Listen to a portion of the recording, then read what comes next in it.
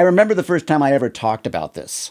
I was part of a panel discussion on jazz improvisation, and I sensed that the conversation was going over the heads of some of the people in the audience. So, going for levity as much as clarity, I suggested that they compare the construction of a chord to a cheeseburger. Afterwards, a bunch of people came up to me to say that this analogy explains chordal construction in a way that they'd never considered it before. It's been a part of my teaching ever since, and if you've followed this channel for a while, or you've read Jazz Tactics, or you've ever taken a lesson with me, it'll sound familiar.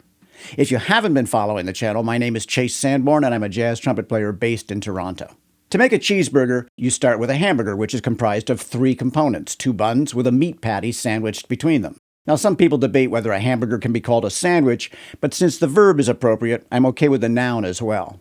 We can compare the hamburger to a triad, which also has 3 components, a root and a fifth, with a third sandwiched between them. Now, I would argue that the meat patty is the most important component of the hamburger, and also that the third is the most important note of the chord, and here's why. In this video, I showed how most chords can be assigned to one of 3 categories. And in fact, there's an even more top-level division in that most chords can be classified as major or minor, regardless of any other qualities. To make a major triad minor, you lower the third.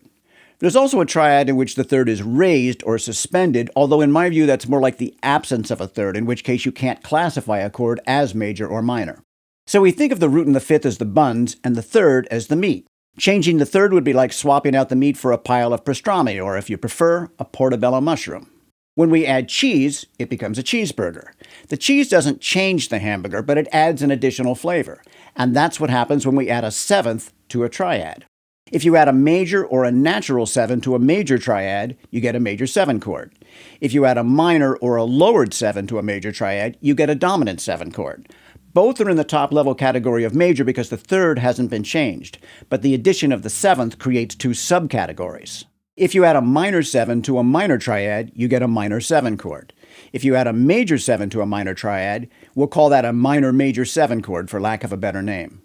Both of them are in the category of minor, as is the minor 7 flat 5 chord, which is exactly what it sounds like.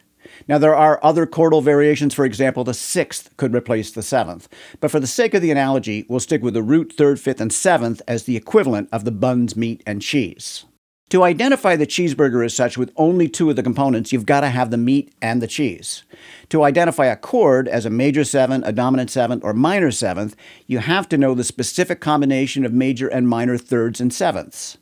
Those 2 components define the cheeseburger and they define the chord quality, so I call the 3rds and 7ths the cheeseburger notes. When you eat the cheeseburger, you'd like to get some of the meat and the cheese in every bite. And when you improvise on a set of chord changes, the cheeseburger notes will bring out the sound of the harmony. They're often referred to as guide tones because they literally guide you through the chords. We'll use the tune Autumn Leaves as an example, and I'll preface this by saying if any of this goes beyond your level of understanding, you should watch some of my previous videos to get you up to speed.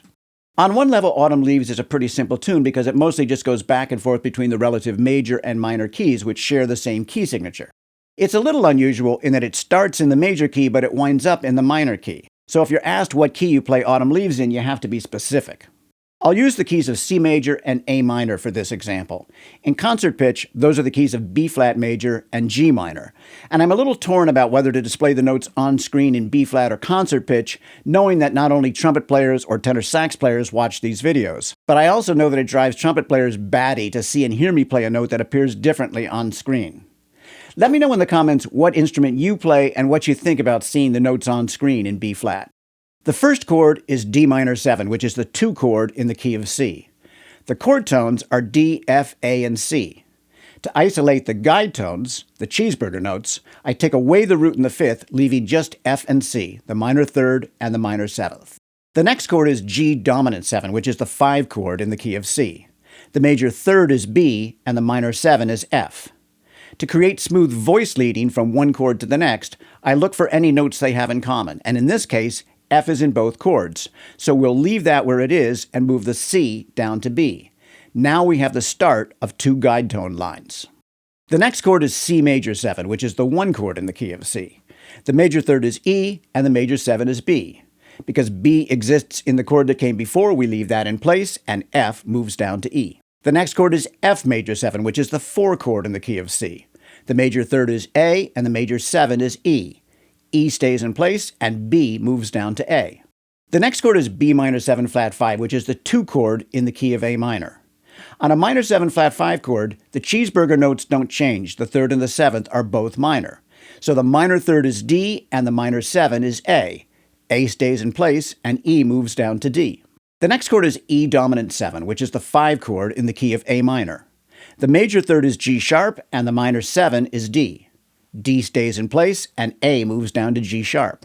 This section of the tune, the A section, is repeated, and both times it finishes on the 1 chord in A minor. So to give a sense of finality, I'll choose the root and 3rd. So G sharp moves up to A and D moves down to C. As we carry this on through the remainder of the tune, you'll see a consistent pattern of moving from 7 to 3 and vice versa. The result is a pair of smooth melodic lines that provide a clear outline of the harmonic movement.